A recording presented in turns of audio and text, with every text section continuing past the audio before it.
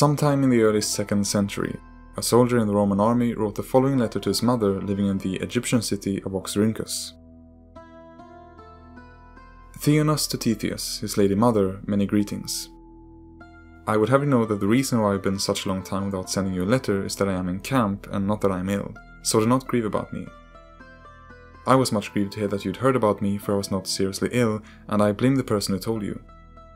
Do not trouble to send me anything, I received the presents from Heraclides. Presumably this letter eventually reached Tethys, but was at some point in time thrown away. Time passed, and the soldier and his mother faded into obscurity. Oxyrhynchus, which in Roman times was one of the largest cities in Egypt, later became firmly Christian and known for its many churches and monasteries.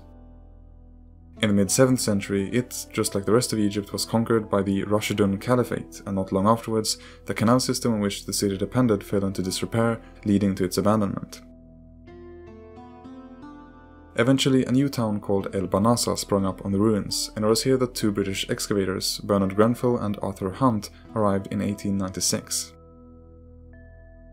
The site had up until then been neglected and considered of little importance, but as they began excavating one of the city's garbage dumps, that soon changed, because lying among the various old sandals and remains of food were a huge number of papyri, covering anything from previously lost Greek plays, poems and works of philosophy, to public documents, census returns, court records, leases, horoscopes, and of course, the letter from Theonos. This had been piled up from late dynastic Egypt all the way up until the Islamic conquest through periodical cleanouts of government offices and private individuals dumping their old papyri. The answer to why this all managed to survive lies in the city's location at the edge of the desert. Since the Nile wouldn't flood here, there was virtually no humidity and no rainfall which would cause them to rot. To this day, over 100,000 papyrus fragments have been uncovered at Oxyrhynchus and published along with translations in 80 large volumes. This, however, is thought to represent only 1 to 2% of what is estimated to be at least 500,000 papyri still remaining to be conserved, transcribed, deciphered, and catalogued. This makes it the largest discovery of its kind, and one of the most important archaeological discoveries ever. Among the first to be published was a remarkable document describing an audience given by the emperor in Rome to an Alexandrian embassy. In particular, he speaks with one of its members called Appianus, who for an unstated reason has received a death sentence. Unfortunately, the beginning of the document has been lost, but the first remaining line goes like this. As he, in other words the emperor, was saying this, Appianus turned round and seeing Heliodorus said, "Heliodorus, when I am being led off to execution, do you not speak?" He answered, "And to whom can I speak when I have no one to listen to me? Onward, my son, to death. It is a glory for you to die for your beloved country. Be not distressed." Here we have lost a couple of words, but the text continues. The emperor recalled Appianus and said, "Now, do you not know whom you are addressing?" "I know very well. I, Appianus, am addressing a tyrant." The emperor responded, "No, a king." Appianus, "Say not so. The deified Antoninus, your father, deserved imperial power.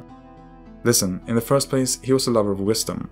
Secondly, he was no lover of gain, and thirdly, he was a lover of virtue. You have the opposite qualities to these. You are a tyrant, a hater of virtue, and a bore." Caesar ordered him to be led away. Appianus, as he was being led off, said, "Grant me this one favor, Lord Caesar." "What?" "Order that I may wear the insignia of my nobility on the way." To which the emperor replied, "Take them." Appianus took up his band, placed it on his head, and put his white shoes on his feet, and cried out in the midst of Rome, "Run hither, Romans, and behold one led off to death who was a gymnasiarch and envoy of the Alexandrians." The veteran who was accompanying Appianus ran and told his lord, saying, "Lord, while you are sitting in judgment, the Romans are murmuring."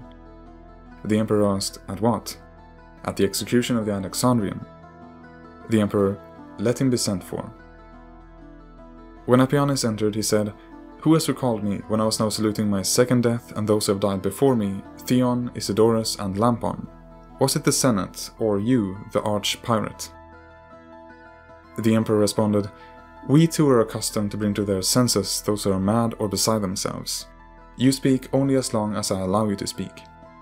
Appianus, "I swear by your prosperity, I am neither mad nor beside myself, but I appeal on behalf of my nobility and of my rights." "How so?" "Because I am a noble and a gymnasiarch." Do you then mean that we are ignoble? As to that, I do not know, but I appeal on behalf of my nobility and of my rights. The Emperor, do you not now know that we are noble?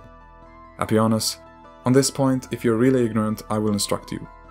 In the first place, Caesar saved Cleopatra's life when he conquered her kingdom, and, as some say, and that's where the text stops.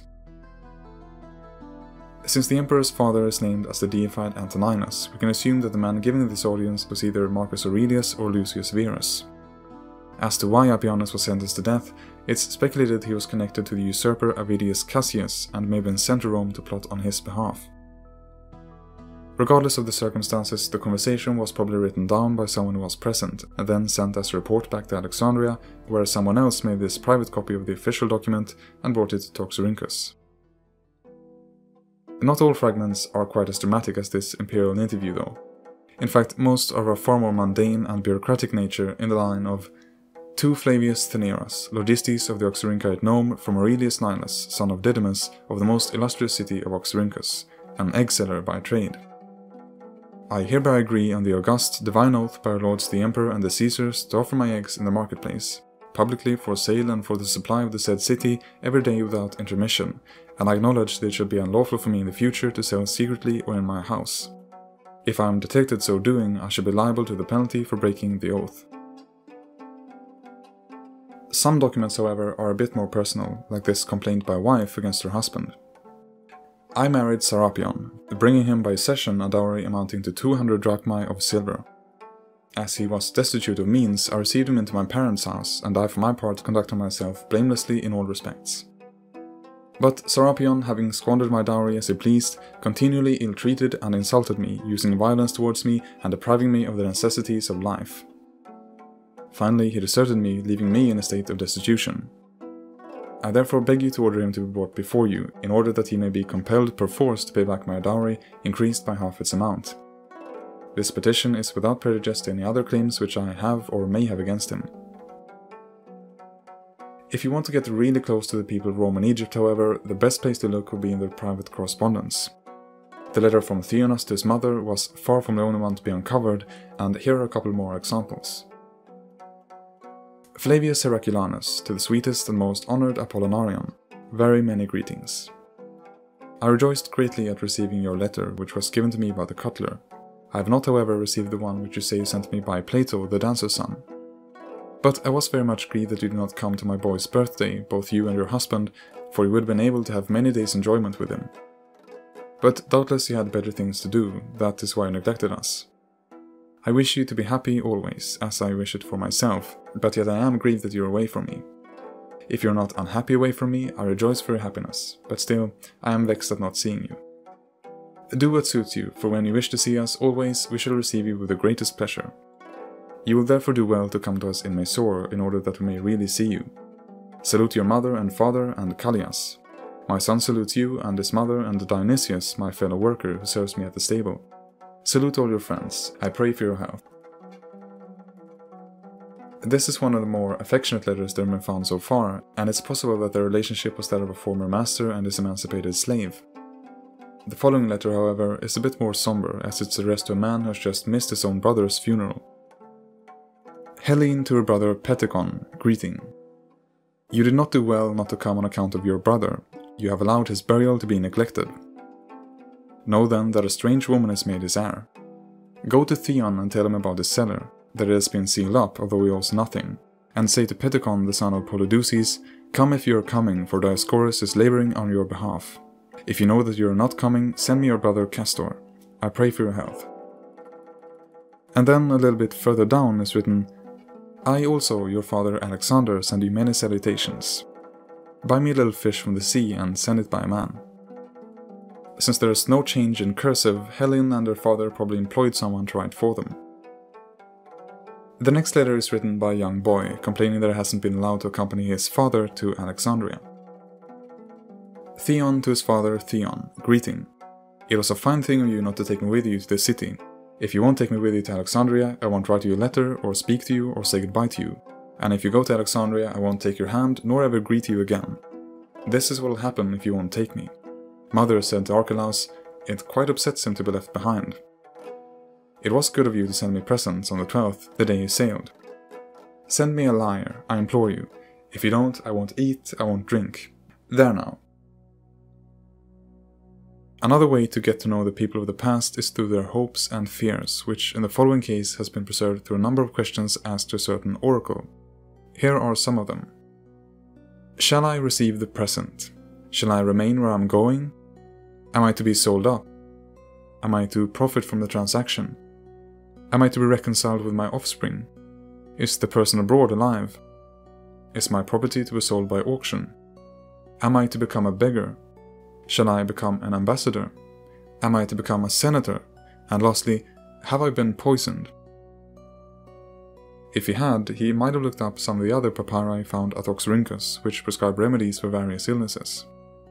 For example, if you were suffering from dropsy, it could be cured with mountain parsley, myrtle, bitter almonds, and some parsnip seeds. We also learned that to stop nose bleeding, one should mix frankincense with onion juice and apply it inside the nose. Another recipe tells us that to cause sneezing, one should pound fresh some white hellebore, a type of flour, and then blow it into the nostrils. You could also use soapwort or the castor plant. If you didn't want to go all the way to an oracle for answers to your questions, this magic formula from a hermetic text could let you do it yourself. It says, quote, "Great is the Lady Isis," copy of a sacred book found in the archives of Hermes. The method is concerned with the 29 letters used by Hermes and Isis when searching for a brother and husband, Osiris. Invoke the sun and all the gods in the deep concerning those things about which you wish to receive an omen. Take 29 leaves of a male palm and inscribe on each of the leaves the names of the gods. Then, after a prayer, lift them up 2 by 2 and read that which is left at the last, and you will find wherein your omen consists, and you will obtain an illuminating answer. On the topic of the gods, another fragment reveals that there was some confusion on how to properly worship the deified Roman emperors. A lot of the text has been lost, so we start in mid-sentence with, "He would wish these really to magnify Caesar. I'm referring to the rites which they say they perform to Caesar. It was not we who originally invented those rites, which is to our credit, but it was a Nicaean who was the first to institute them. The character of the man need not be described. In any case, let the rites be his, and let them be performed among his people alone, as the Eleusinian rites are among the Athenians, unless we want to commit sacrilege against Caesar himself, as we would commit sacrilege against Demeter also, if we perform to her here the rituals used there, for she is unwilling to allow any rites of that sort. As a proof that you will not be depriving Caesar of the glory of immortality, if you listen to me, I will tell you." And what he was going to tell us has unfortunately not been preserved. A document related to the Caesars which has, however, is a draft for the proclamation of a new emperor, in this case Nero, and it goes like this. "The Caesar who had to pay his debt to his ancestors, God manifest has joined them, and the expectation and hope of the world has been declared emperor. The good genius of the world and source of all good things, Nero, has been declared Caesar. Therefore ought we all be wearing garlands, and with sacrifices of oxen give thanks to all the gods." Although there are virtually endless amounts of interesting documents, letters and books that I could showcase here, I'll have to end the video somewhere. And I thought I'd do so with the following report, which paints a vivid picture of a popular demonstration made in honor of the Prytanis, or chief magistrate of Oxyrhynchus, on the occasion of a visit by a prefect. When the assembly had met, the people cried, "The Roman power forever, Lords Augusti, prosperous prefect, prosperity to our ruler. Let the president receive the vote on this great day. Many votes do you deserve, for many are the blessings which we enjoy through you, O president. We beseech you, ruler, concerning the president. Let the president receive the vote on this great day. This is the first necessity." The president said, "I acknowledge with great pleasure the honor which you do me, but I beg that these demonstrations be reserved for a legitimate occasion, when you may make them with safety, and I shall be justified in accepting them." The people cried, "Many votes do you deserve, the Roman power forever, prosperous prefect, protector of honest men, our ruler." After a while, a man referred to as Ariston the Advocate appears, and says, "We will refer this matter to the Most High Council." But the people continue to shout, ending with, "Hurrah for all who love the city! Long live the Lords Augusti."